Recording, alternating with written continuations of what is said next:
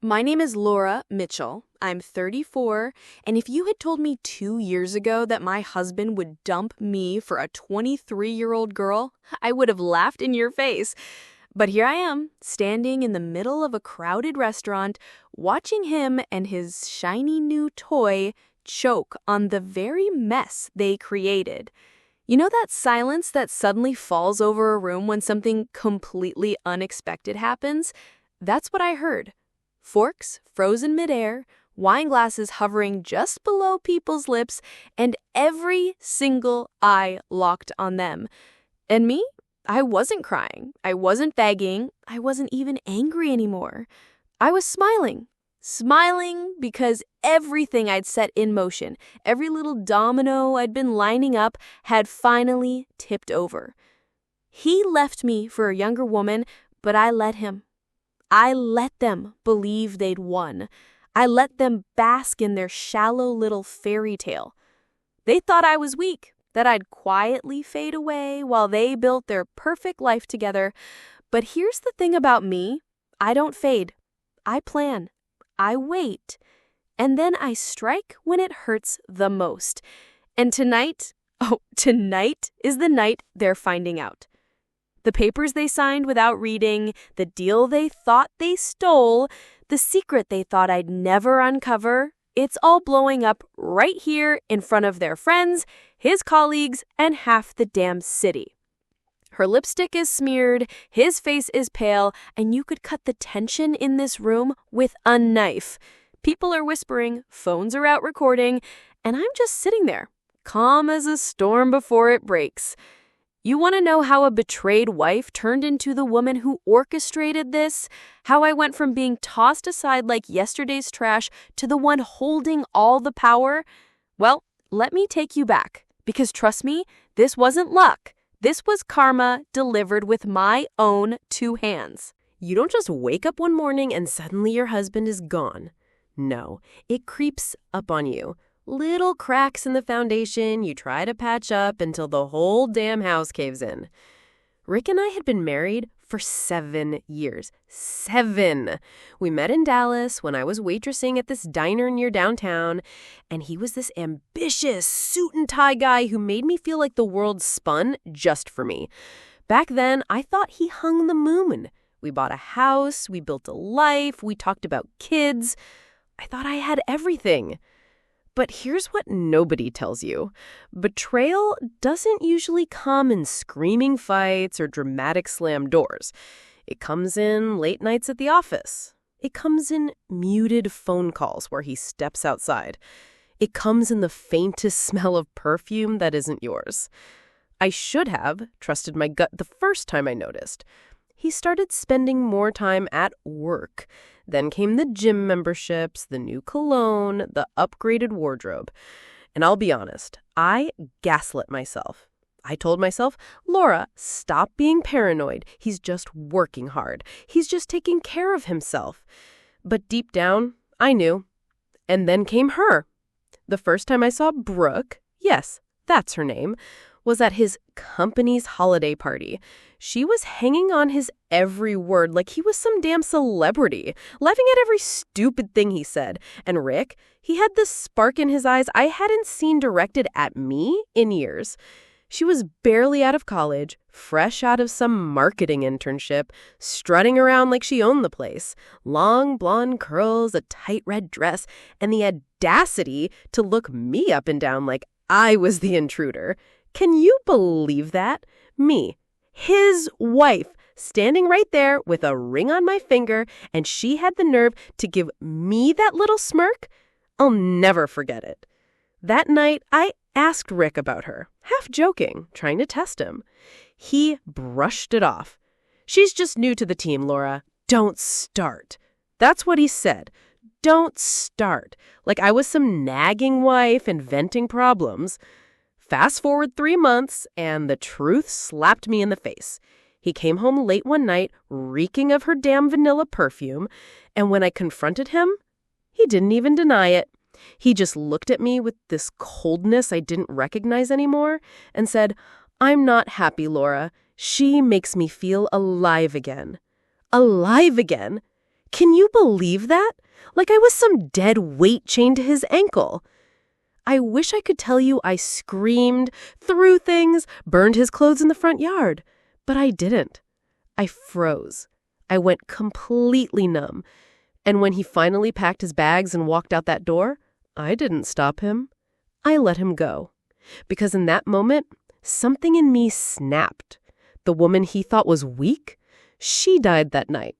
And in her place, someone else was born. Someone who was going to let him and his little side piece find out the hard way what happens when you betray me. I didn't know exactly how I was going to do it yet, but I knew one thing for certain. I wasn't going to beg. I wasn't going to chase. I was going to wait. And when the time was right, I was going to make sure they paid. And not just in private. Oh no, their downfall was going to be public. And if you're wondering how far I was willing to go, let's just say I surprised myself. When Rick walked out that night with his suitcase and his smug little smirk, I swear I could almost hear the sound of a gun cocking inside me. Not literally, but that sharp click, the one that says, game on. I let him go. I didn't beg, didn't cry in front of him. Hell, I even helped him zip the damn suitcase. That's how calm I was. Because in my mind, I already knew. He wasn't leaving me. He was walking straight into my hands. The first few weeks were brutal, though. I won't sugarcoat it. Seeing photos of him and Brooke pop up on Instagram, her tagging him in cheesy captions like, "My forever." God, it made me want to throw my phone at the wall. People pitied me. Neighbors whispered. My own mother told me maybe I should have done more to keep my husband happy. Can you believe that crap? Like it was my fault he wanted to screw a younger woman? But here's the thing about pain. If you sit with it long enough, it turns into something else. For me, it turned into strategy. I started small. I unfollowed them both, but I still kept tabs. Fake accounts are a gift from the universe, let me tell you. Through that, I tracked every move they made. Every vacation selfie, every brunch mimosa, every smug smile. Because when you're planning a takedown, information is your best friend. Rick worked at a mid-sized real estate firm in Dallas. He wasn't some millionaire CEO, but he was climbing the ladder, kissing ass, playing politics, and bragging about deals that weren't even his. Brooke, she was desperate to prove herself. Hungry in that way only 20-somethings are when they think the world owes them something. The two of them together? Arrogant, reckless, sloppy. That's when I started noticing the cracks. One night, I overheard Rick bragging to a buddy at a bar. Yeah, I followed him. Don't judge. He was going on about how he and Brooke were putting together a deal behind the scenes, trying to jump ahead of some senior partners. The way he said it, cocky, careless, I knew it was something big. Too big. So I dug, and oh, I found gold. Turns out Rick had been using some of my contacts, people I introduced him to years back, to grease the wheels for this deal. He didn't realize they still liked me better than him. So when I started asking questions, smiling sweetly, pretending I just wanted to catch up, they spilled everything. Every detail of the little empire Rick and Brooke thought they were secretly building. And that's when the revenge plan crystallized. I wasn't just going to ruin their relationship. No, that would have been too easy, too personal. I was going to ruin his reputation, his career, the image of the man who traded in his wife for a shiny new Barbie. And I was going to do it in a way that would make him choke on his own arrogance. So I started lining up the dominoes, quietly, patiently, like a chess player moving pawns while the other idiot thinks he's winning. And if you're wondering if I hesitated, if I ever thought to myself, maybe I'm going too far, hell no. Every smug smile, every whispered comment, every sleepless night, I carved them into my memory. This wasn't just payback. This was justice. And soon, Rick and Brooke were going to find out that the woman they wrote off wasn't just moving on, she was moving in for the kill. When Rick slammed the door behind him that night, I thought the sound would haunt me forever. But instead, it fueled me. I sat there on the couch, staring at the dent in the cushion where he used to sit, and instead of crying, I felt this strange calm wash over me. Like, fine, go. You just handed me the match, and I've got gallons of gasoline waiting. The first couple of weeks were hell, I won't lie. There were nights I curled up in bed, clutching a pillow that still smelled like him, hating myself for missing someone who treated me like trash. But by the third week, something shifted. The grief was still there, but anger was sharpening it, turning it into something I could use. I started treating their lives like a project, like research. I made burner accounts, followed Brooke's friends, scrolled through tagged photos. People love to overshare online, and let me tell you, this girl was no exception. Vacations, dinners, outfits, hotel rooms. She documented everything. Half the time, she was posting in real time, practically handing me her schedule. And Rick, he wasn't any smarter. He wasn't exactly posting selfies with her, but I'd catch him lurking in the comments, liking her bikini photos, while trying to act like he was above it all. Pathetic.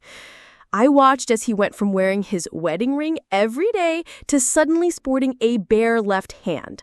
That little gold band sitting on her nightstand now, probably. You know what hurt the most? Seeing people I thought were our mutual friends smiling in pictures with them.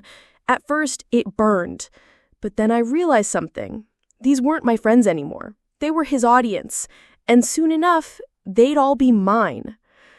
But revenge isn't just about rage. It's about patience. And that's where Rick underestimated me.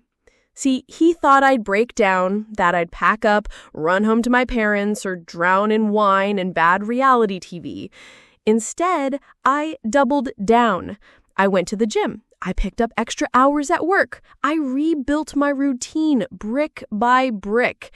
And all the while, I was gathering information. One night, while running errands, I parked outside the new apartment he'd rented with Brooke. I watched them through the big glass window like I was sitting front row at a cheap theater show. She was prancing around in some silky robe. He was cooking dinner, or trying to, badly, and they were laughing like they'd just won the lottery. But then I noticed something. Brooke had her laptop open on the counter. Rick leaned over, pointing at something on the screen, his face lit up with that same smug expression I knew too well. And then she kissed him on the cheek, like she was rewarding him. That's when I knew. This wasn't just some fling. They were scheming together. And you know what happens when two arrogant people scheme together? They get sloppy. I started piecing together the puzzle. A couple of overheard conversations here, a few casual questions with old context there, and it became clear Rick and Brooke weren't just sleeping together. They were trying to pull off a business move behind his firm's back, something shady, something risky, and all I had to do was wait. I remember sitting at my kitchen table one night, notebook open, scribbling timelines and connections like some kind of detective. Their schedules, the people they were meeting, the names that kept popping up. If anyone had walked in on me, they would have thought I'd lost it. But no, I hadn't lost it. I'd found my purpose. I wasn't just surviving anymore. I was planning. And the best part? They had no idea. They thought they'd gotten rid of me, buried me, erased me from their story. But what they didn't realize was I was writing the ending. And let me just say, it wasn't going to be the happy ever after Brooke kept plastering all over Instagram. The thing about Rick was he never saw me as smart. Useful, yes. Supportive, sure. But clever? Strategic? No. In his mind, I was the wife who paid the bills on time, brought snacks to his office, and nodded along at company dinners, which is exactly why he never suspected me. And that, my friends, was his biggest mistake. Through my contacts, I'd learned that Rick and Brooke were working on what they thought was a game-changing real estate deal. They were using my old introductions, people I had vouched for, to smooth things along. Brooke was flashing her smile, Rick was running his mouth, and together they were pitching like they were unstoppable. What they didn't realize was that every single person they were talking to still liked me better. They remembered the woman who actually listened, who followed through on promises, who didn't treat people like chess pawns. So when I casually caught up with a few of them, the floodgates opened. I got the names, the numbers, the paperwork, everything.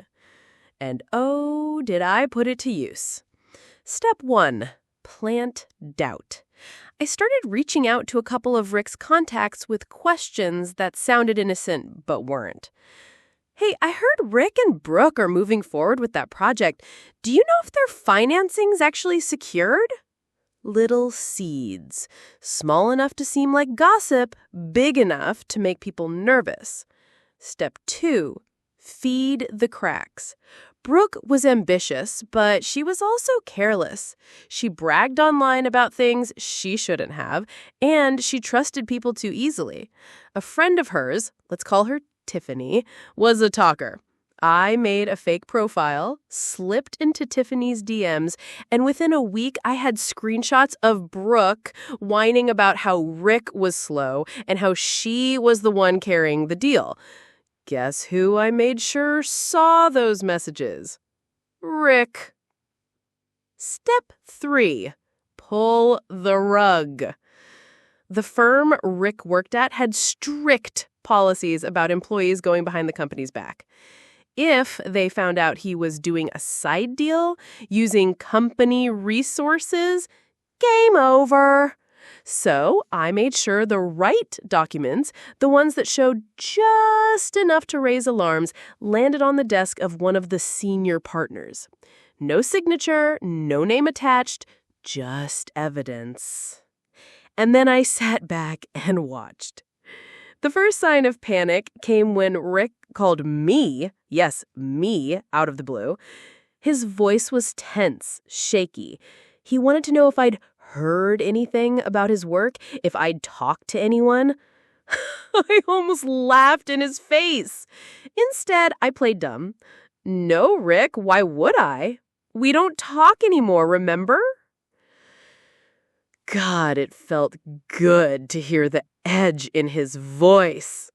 Meanwhile, Brooke was unraveling on her own.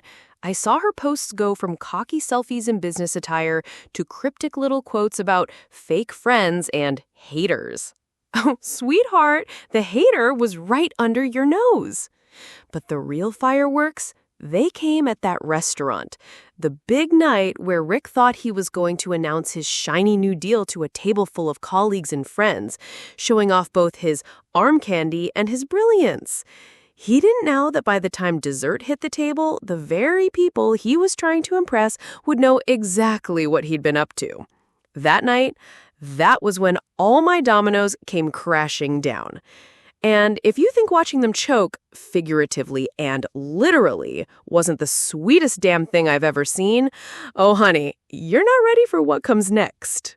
The restaurant was one of those high-end Dallas spots where the waiters wear black gloves and pronounce Cabernet like they studied abroad in France. Crystal chandeliers, velvet booths, soft piano playing in the background. The kind of place Rick always said we'd go to someday when the timing was right. Funny, the timing was never right when I was his wife, but suddenly it was perfect now that he had Brooke draped on his arm like a designer purse. I was invited there by accident. Well, not accident. Let's just say one of the partners made sure my name was added to the guest list after I whispered the right thing in his ear. Imagine Rick's face when I walked in, hair done, heels sharp enough to kill a man, and a smile that said I knew something he didn't. Oh, he tried to cover his shock, but I saw his jaw twitch. Brooke? She looked like she'd swallowed a lemon. The table was long, set for maybe 15 people. Colleagues, investors, a few of the firm's senior partners, everyone buzzing, glasses clinking, Rick at the head of the table, puffed up like he was king of the damn world. He kept squeezing Brooke's hand under the table like she was his lucky charm. The first course came out. Tiny little plates with food so small you needed a magnifying glass. Rick stood up, glass in hand, grinning like he was about to give a toast that would change his life. I swear, I almost clapped.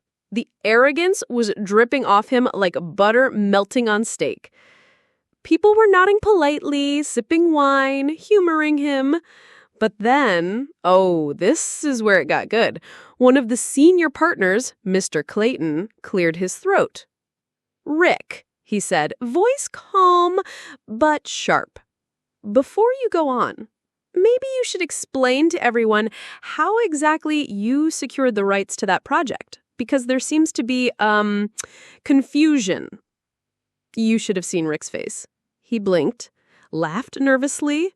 I don't understand. What do you mean?"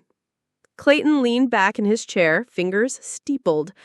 "I mean, the firm received some very interesting documents earlier this week. Documents that suggest you've been doing business off the books, using firm contacts without authorization. Care to clarify?" The silence was deafening. Forks froze midair. A woman at the end of the table raised her eyebrows so high they nearly touched her hairline. And me, I sipped my wine, eyes locked on Rick, savoring every second. Brooke's grip on his hand tightened. She looked pale, like she suddenly realized she was sitting front row at an execution. Rick stammered. He tried to spin it, talking fast, tripping over his words. No, this is just a misunderstanding. Everything I've done is in the firm's best interest." Clayton cut him off. "Funny, because what I see looks like betrayal. What I see is greed." The whole table erupted in whispers. Phones slid out under the table. Someone was already texting. Rick's dream moment, the night he thought he'd stand tall, adored and respected, was collapsing right in front of him. And Brooke? She tried to jump in. "With all due respect," she said, voice trembling, "this is a project we worked on together. If there's confusion, I'm sure it can be cleared up." Clayton turned his gaze on her, icy and deliberate. "And who exactly are you?" That was it. Her face turned beet red. She muttered something about being a consultant, but nobody bought it. Laughter bubbled at the far end of the table. They didn't see her as Rick's partner. They saw her for what she was, the side piece dragged into business she didn't understand. Rick's colleagues looked disgusted. Some were shaking their heads. One even pushed his chair back and walked out. The weight of humiliation was crushing them both. And me? I just leaned back, crossed my legs, and smiled. Because this was the exact moment I had planned for. The exact moment they realized that karma had finally arrived, wearing heels and sipping Cabernet. But here's the thing. That night wasn't the end of it. Not even close. Because what happened after? That's the part that really burned everything to the ground. The rest of that dinner? A train wreck in slow motion. Rick tried to claw his way out of the hole, spinning lies, promising documents that would clear everything up, but nobody was buying it. His voice cracked, his forehead was dripping with sweat, and Brooke kept fiddling with her wine glass like she wished she could disappear into the floor. By dessert, half the table had left early. Nobody wanted to be associated with a sinking ship.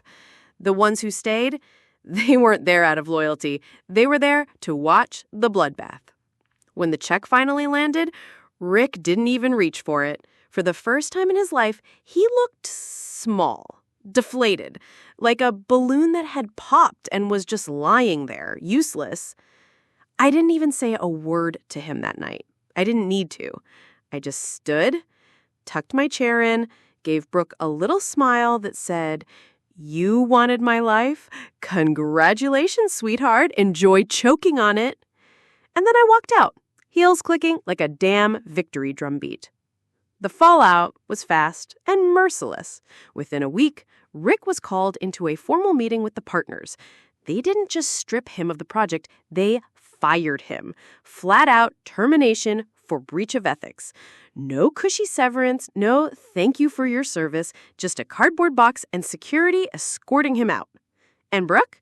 She tried to cling to him, but once the money dried up, so did her loyalty. She started whispering to anyone who'd listened that Rick had misled her, that she didn't know what he was doing. Classic rat-jumping ship behavior, but the firm blacklisted her too. Dallas is a small town when it comes to real estate. Word spreads fast. Her name was dirt before she even realized it. Oh, and remember those Instagram posts? The couple selfies, the my forever captions? Deleted. Every last one. But not before I screenshotted them, of course. Evidence, receipts, souvenirs of their downfall. Rick tried to call me a few times after, voicemails dripping with self-pity. "Laura, you don't understand. I made a mistake. Brooke manipulated me. We can fix this, you and me." Fix this?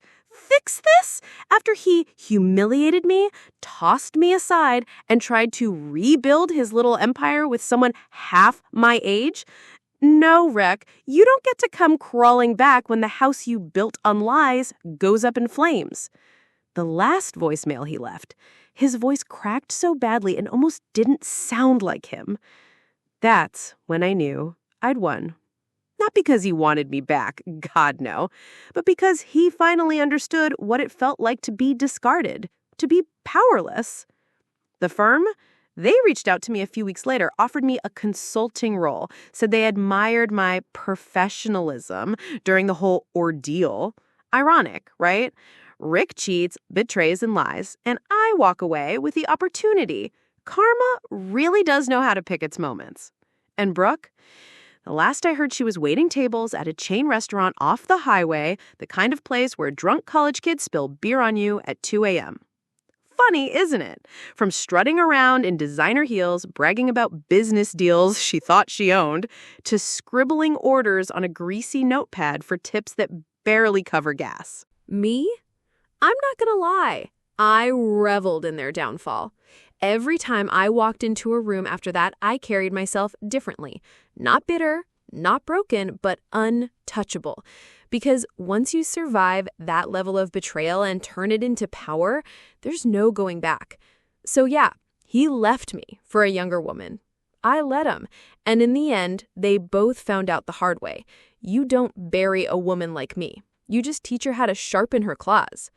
Now let me ask you, was I wrong for sitting back and letting them destroy themselves while I gave karma a little push? Or was that the justice they both damn well deserved? Oh, here's an update 6 months later. So a lot of friends I shared my story with have continued to ask me what happened after the whole restaurant fiasco. And honestly, I did a little digging here and there, and it just kept getting better. Rick tried to land on his feet after getting fired. He bounced between a couple of small firms, but word spreads fast in Dallas. Nobody wanted to touch him.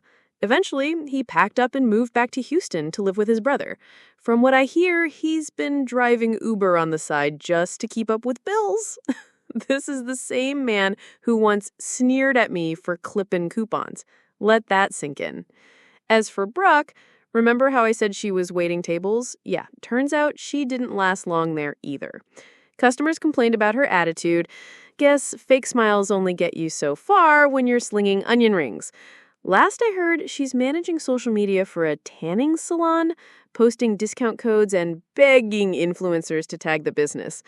Not exactly the empire she thought she'd steal from me. Me? I took that consulting role the firm offered. It's not full-time, but the connections I've built since then, priceless. And here's the kicker. One of the senior partners who pushed for Rick's firing is now mentoring me. The irony isn't lost on me. The same table where Rick thought he was going to announce his big future turned out to be my launch pad. Sometimes I sit back with a glass of wine, scroll through those old screenshots of their perfect couple selfies, and laugh. Because the best part of karma, it doesn't just punish people, it elevates the ones they tried to break. So yeah, to answer the DMs I've been getting, I don't regret a single thing. They got exactly what they deserved. But let me throw this out to you. Do you think I went too far, or was this just pure karma doing its job?